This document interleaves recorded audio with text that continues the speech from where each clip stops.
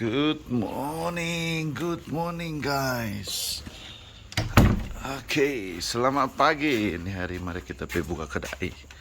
Apa kabar semua? Assalamualaikum, salam damai. Oh, pagi yang indah, mantap sekali bor. Matahari di sana. Oke, so video hari ini guys. Last night kita ada dapat call dari sahabat kita, alright, kawan saya lah. Oke, kita buka kedai dulu. Bismillah.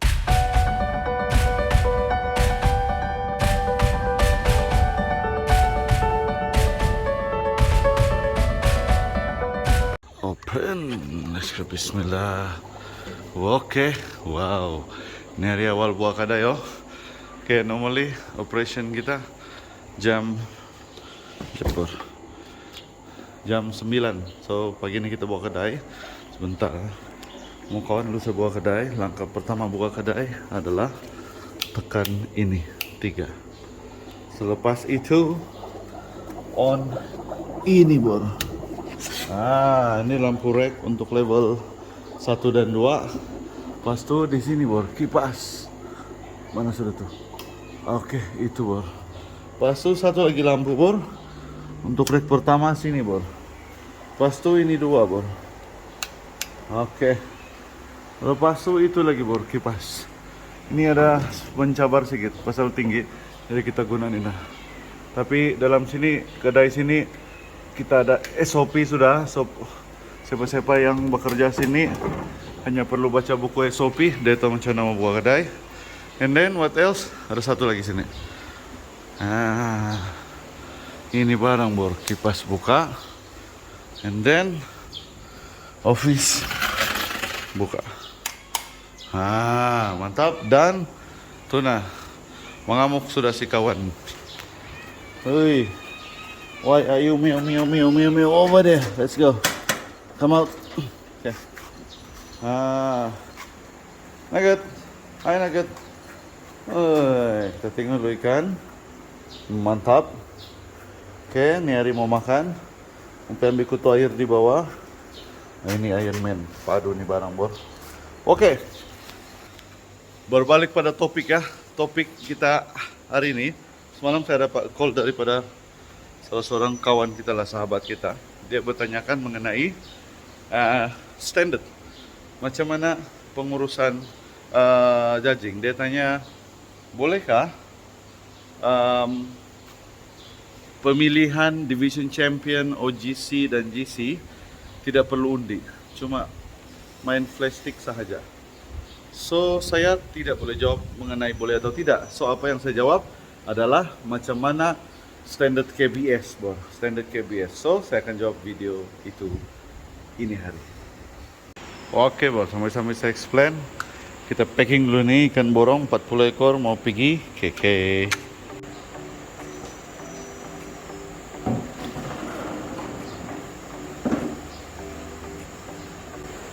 Oke bor, setting dulu. Oke, sini ada. Jadi kita packing 40 ekor dulu ikan borong. Ini borong 3 ring ya, untuk pet shop.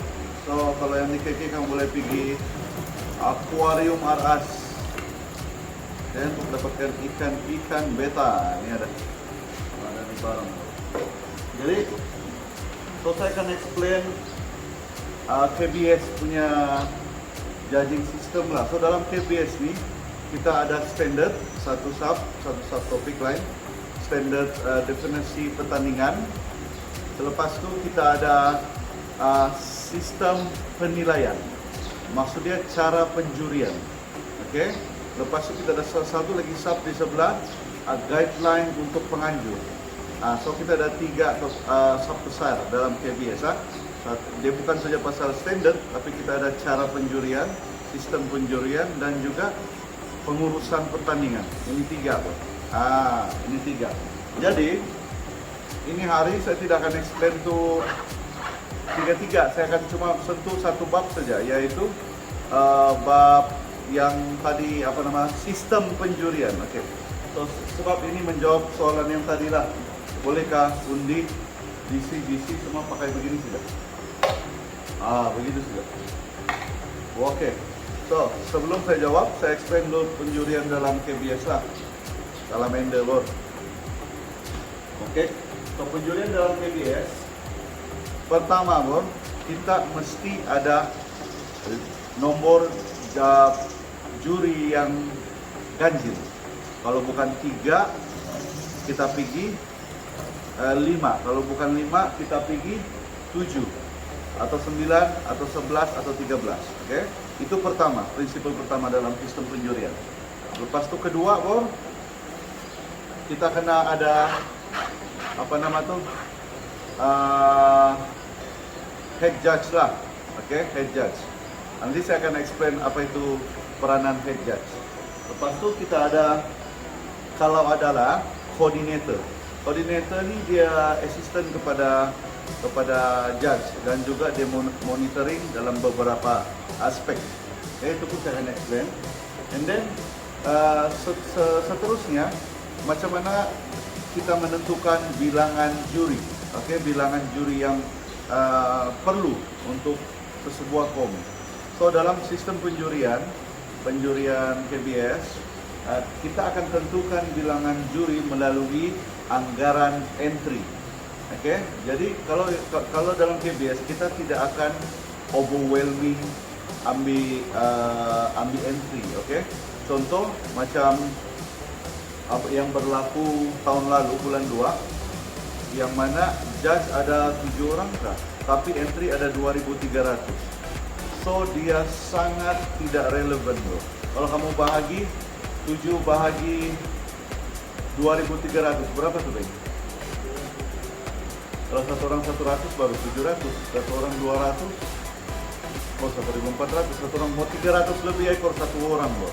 So dia akan menjadi bebanan, dia jadi overload work kepada itu judge. So apa kita bikin? Kita ada matematik kita. Entry 500 ke bawah, kita perlukan 3 atau 5 judge. 3 atau 5 judge. 1000 ke bawah, kita perlukan 5 atau 7 judge. Oke, 5 atau 7 judge. 1500 ke bawah, 7 atau 9 judge. 2000 sehingga 1500 kita perlukan berapa? Kamu boleh anggar sudah kan? 9 atau 11 judge. Dan 2500 hingga 2000 berapa nama? Sehingga 2000 kalau kita perlukan berapa? 13 atau 11 judge. So itu kita punya dalam sistem. Bila mana kita menggunakan KBS lah, bila mana saya bikin komsini. So seterusnya peranan head judge. Apa peranan head judge? So semasa di classing, oke, Bor. Semasa di kelas, head judge dia punya tugas utama adalah untuk verify. Verify. Apa itu verify, Bor? Verify itu maksudnya dia akan mengesahkan mengesahkan keputusan dari placing daripada juri-juri lain. Oke, so macam mana dia mengesahkan? Dalam sistem penjurian KBS kita ada satu borang yang kita panggil judging form. So borang itu ada ekstra borang. Ini dia, Bor. Oke, begini dia. So ini saya akan explain. So contoh ini yang KBS V9 hari itu. Ini contoh lah. So ini borang ini, mari saya explain. So ini dia punya borang. Pertama sekali dia mesti ada tajuk pertandingan di atas. KBS V9 bla bla. Lepas tu tajuk dia mesti ada judging form. Lepas tu dia kena ada nama judge, Chris Zinho Oi. Lepas tu apprentice, kalau ada apprentice lah, oke? Dan setiap judge itu kalau kamu tengok kita ada satu jadwal sini. Oke, ada satu jadwal. So kolom pertama number. Number tu maksudnya berapa kelas yang dia judging, oke? So kolom kedua adalah kelas. Apa nama itu kelas? Oke. And then kolom ketiga adalah time in. Ini yang kolom seterusnya adalah placing 1 2 3 4 5. Kalau 3 3, kalau 5 5. Lepas tu time out dan entry berapa dan verify berapa. Oke. Macam mana mau isi ini borang, Bor? Oke, isi ini borang senang saja. Setiap judge akan mendapat borang ini, Bor. Dan setiap kali dorang masuk itu kelas, dorang kena time in. jam berapa diorang masuk. Jam berapa diorang masuk. Alright. Lepas tu diorang akan mula judging. So bila diorang sudah judging, lepas tu diorang akan propose bagi cadangan placing 1 hingga 5. Dia terus proposa, bukannya dia macam mana? Dia kasih shortlist saja. Dia kena propose dulu. Dia kena propose placing 1, 2, 3, 4, 5. Selepas tu dia akan panggil head judge. Dia akan panggil head judge untuk verify ini result 1, 2, 3, 4, 5. So di sana head judge akan datang untuk discuss sama dia, sama ada okey atau tidak pilihan dia, dan head judge akan tanya kenapa kau pilih ini, apa kelebihan yang lain. Lepas tu head judge juga akan cek, kalau dia sempat cek lagi yang lain semua, cek lagi yang lain. Lepas tu kalau orang bersetuju, maka head judge akan confirmkan okey ini placing 1, 2, 3, 4, 5 hasil daripada cadangan judges. So bila confirm dia akan sign sini, ini head judge akan sign sini. Lepas tu dia akan tulis sini. Lepas tu dia akan tulis time out sini. Jam berapa dia siap. Entry ini jangan lupa tulis. Selalunya entry ini apprentice akan tulis. Okey, dan begitulah seterusnya. So dalam KBS board, kalau kamu nampak ini borang di bawah, estimation each class 20 minutes. Judging duration plus minus. Please refer head judge for placing verification. Once sudah siap ini judge kena sign di sini, bor. Kena sign sini. Okey. Kalau kamu nampak estimation each class 20 minit. Ini saya explain. So 20 menit satu kelas, bolehkah tidak? Nah, di sinilah kuncinya. Kenapa selalu tiap kali form KBS kita boleh keluar result awal. Okey? Sebab dalam ini subtopik besar yang mana sistem penjurian, kita punya KPI, Key Performance Index, yaitu efficiency. Alright. Kedua, quality results. Okay. Ketiga, how manageable is the judging system. So ini yang kita gabungkan. So kita tahu kalau form itu sehingga penjurian sehingga ke tengah malam, hingga ke pagi, jam 1 pagi, jam 2 pagi, okey? Dia sudah jadi tidak berkualiti. Trust me, tidak kualiti. Sebab kenapa? Kita ada beberapa justifikasi yang kita boleh cakap tidak kualiti. Number one, yang menjuri itu manusia. Sedangkan robot pun pandai weak battery, ini kan lagi manusia. Di mana fokusnya kalau sudah lebih 12 jam, lebih 8 jam, mekekang mata, badan berminyak, muka berminyak, belum mandi, tidak rasa selesa, lapar mungkin tidaklah ada makan juga. Tapi iyalah, lepas tu macam mana lagi kau boleh fokus kalau kau keluar pergi kerja menjajing, tengah malam masih belum siap. Kalau yang sudah kahwin pasti akan kena telefon orang rumah. Orang rumah akan risau. Kita pun pandai risau kita punya orang rumah. Okey. So benda-benda begini kita tidak mau. Kita tidak mau dalam KBS kita punya penjurian sehingga ke tengah malam. Okey, sehingga ke tengah malam. Itu sangat fail dalam KPI KBS. Sebab tu setiap kelas kita estimatekan 20 minit plus minus. Okey. So kalau kamu pikir, bolehkah 20 minit nih? Memang tidak boleh, bro. Memang tidak boleh kalau kita tidak mengurus dengan betul, bro. Okey. So, macam mana kita boleh menjudging dalam 20 minit setiap kelas? Okey. Ada kelas yang entry dia banyak. Betul? Ada kelas yang entry dia sedikit, betul? So, di sanalah skill itu judge yang dipanggil untuk mengatur masa dia. Nama dia time management. Kalau time management pun dia tidak pandai, macam mana itu judge boleh jadi judge? Nanti sebab judge ni bukan sahaja kau tahu itu barang, kau khatam itu buku ataupun itu spek ataupun definition, tapi kau juga perlu ada skill lain, okay? Integrity lain, attitude lain. Salah satu dia time management dan decision making skill. So ini yang kita mau judge kita dalam KBS mempunyai ini skill semua. Okay? So let's say 20 minit plus minus. So kamu pandai atur mana kelas yang kau tidak boleh hit 20 minit, mana yang boleh hit 20 minit. Maksimum kita akan bagi dalam 30 menit, setengah jam. Okey, setengah jam. So Coba kamu matematik. Kalau itu form, let's say dia ada 20 kelas. Alright? 20 kelas. So, organizer sudah estimate lebih kurang 500 ataupun 300 entry. Okay? So, berapa dia sediakan jas? Dia boleh sediakan 3 ataupun 5. So, let's say dia ambil 5. Satu head judge, betul? Sebaik-baiknya head judge ini tidak perlu ada kelas untuk menjadi, ataupun diambil kelas berat saja, macam AOC atau Foreman Finish. 2 kelas saja cukup sudah. Sebab tugas dia lebih berat adalah bukan untuk menjadi, tapi untuk verify keputusan-keputusan yang ada. Oke, saya ambil 20 kelas tadi. 20 kelas kita bahagikan kepada 4 orang saja judging lah. Berarti yang head judge ini tidak kelas, dia cuma verify. So 20 bahagi 4 sama dengan ada 5 kelas, betul? So setiap satu orang judge, 4 orang yang tadi itu, pro rate dorang akan judging dalam 5 kelas. So 5 kelas ini dengan estimation entry 300 ke 500. So kita pakai 20 menit punya formula. 5 kali 20 berapa? 100 kan? 100 menit.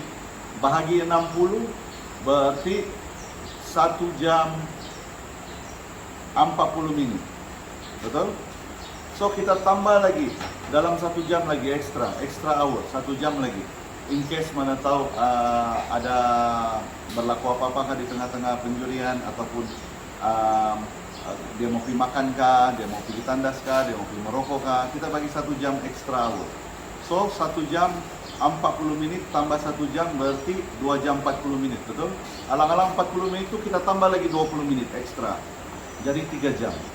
So, saya kalau dia start jam 10 pagi, tambah 3 jam, dia judging jam 11, jam 12, jam 1 petang. Jam 1 petang, 1 tengah hari, dia patut siap kelas judging, kelas sudah. Jadi bila dia settle semua itu 20 kelas, apa dong perlu bikin? Dorong pergi makan tengah hari. Rehat dalam 15 ke 30 menit.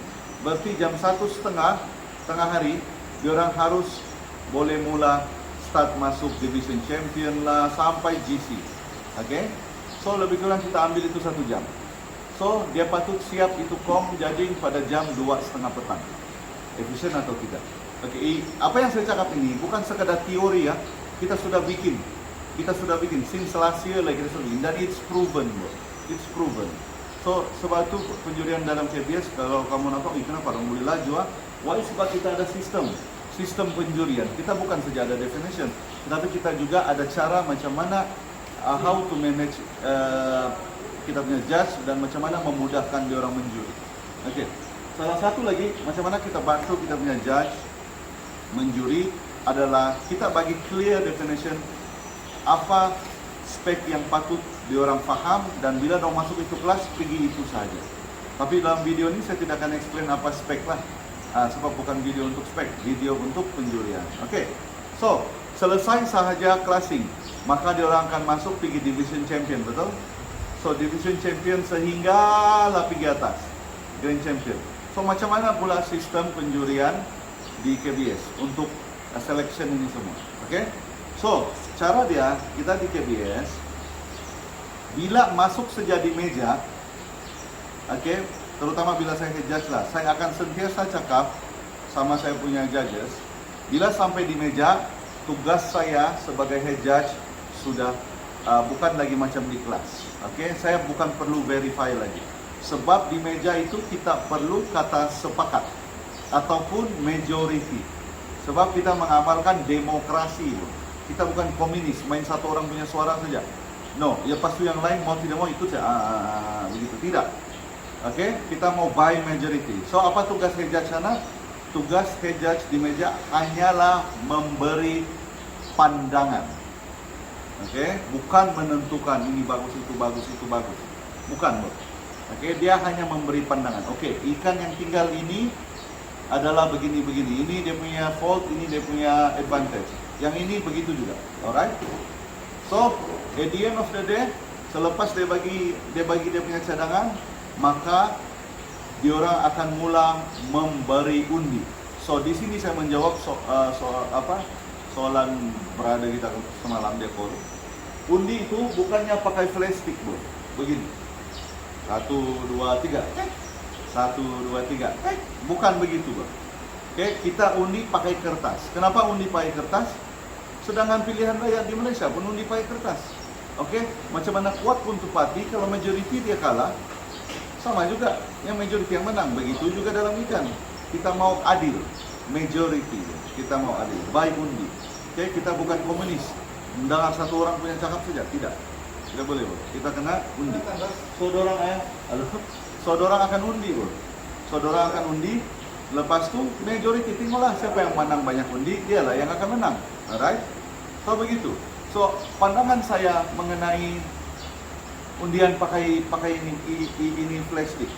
Bagi saya sangat tidak profesional. Nomor satu, tidak ada profesional nampak langsung. Coba kamu tengok itu hakim, Mbak. Hakim yang di mahkamah. Kalau dia buat keputusan pakai dia punya anu saja, tanpa anu, macam mana mau cakap, saya pun tidak berapa pandai mau kasih paham, tapi imagine, Mbak, undi pakai flash stick. Bila kita pakai flash stick, tunjuk itu tank, akan berlaku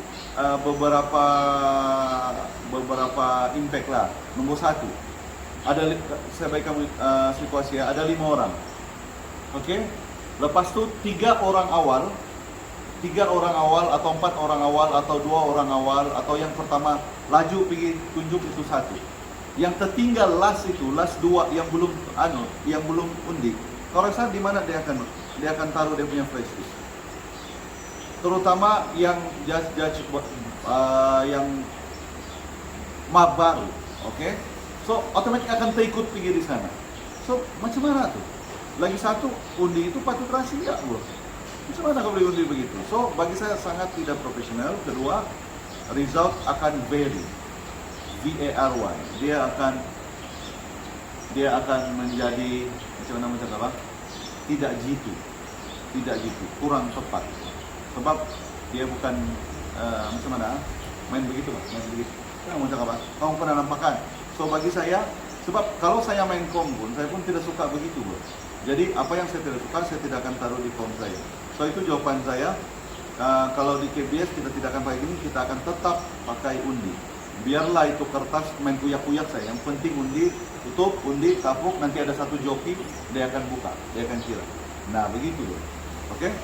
So disitulah sistem penjurian kita, dan selepas kom, sistem penjurian kita tidak akan habis di sana. Oke, borang yang tadi ini akan diberikan kepada organizer. Oke, untuk apa? Supaya memudahkan organizer untuk reference dia selepas kom. Sebab selepas kom akan ada player akan bertanya itu dan ini. So organizer senang cari siapa yang pergi punya kelas. So dia akan call and everything. Kedua, untuk pihak KBS menilai prestasi itu hakim. Adakah itu juri, itu judge, adakah dia capable, adakah dia perlu lebih banyak apprentice, ataupun adakah dia sudah boleh jadi senior judge, adakah dia boleh jadi head judge, adakah dia boleh jadi coordinator. Dan itu borang juga, bukan saja borang kosong begitu, tapi dia juga menilai performance apprentice.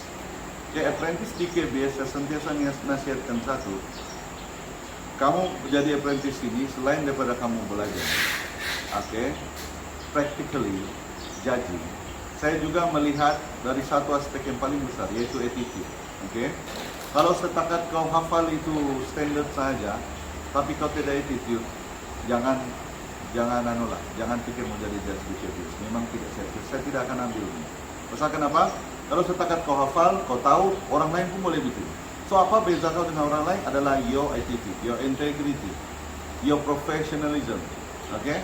Kalau di meja pun bermain macam mana, sedangkan penonton sedang melihat, menunggu result, kau masih boleh bermain macam main-main, nanti orang akan pikir ini kom loya punya kom. Kau pikir sendiri. Oke? So itu saja, maka kalau mau panjang ini video. Jadi lagi pun nantilah insya Allah ada rezeki tahun ini, kalau boleh siap saya akan lengkapkan ketiga buku besar itu. Oke? Definisi pertandingan, sistem penjurian, dan juga pengurusan pertandingan. Insya Allah ada rezeki, kalau siap nanti kita akan bagi Dan ada yang bertanya saya, ada seminar nggak? Ada seminar nggak? Kemana? Saya tidak bikin seminar Pak Bro. Oke. Kalau paling-paling pun in my mind at this moment, kalau kupu tuh siap, you just buy the book. Okay, just buy the book and then let's say lah, macam saya pergi satu tempat, contoh saya pergi Tenom, okay. If you want to seminar, you tidak perlu bayar saya itu entry fee, you just purchase the book and kita pergi buat 10-20 orang punya talk itu saja. Okay, so jangan lupa subscribe dan juga satu lagi peringatan, kamu kena ingat, kena tengok video ini sampai habis. Jangan bandingkan apa yang saya explain ini dengan mana-mana standard yang ada lain. I'm talking only about KBS, okay? So sebagai juri, satu saya nasihatkan, jaga profesionalism Anda. Jangan hanya karena kau tahu, jadi kau rasa kau hebat. Tidak. Attitude matters. Attitude sangat matters. Okay? Kalau sekadar kau tahu, orang lain pun boleh tahu. Okay? Tapi apa beda kau dengan orang lain adalah attitude. See you next video.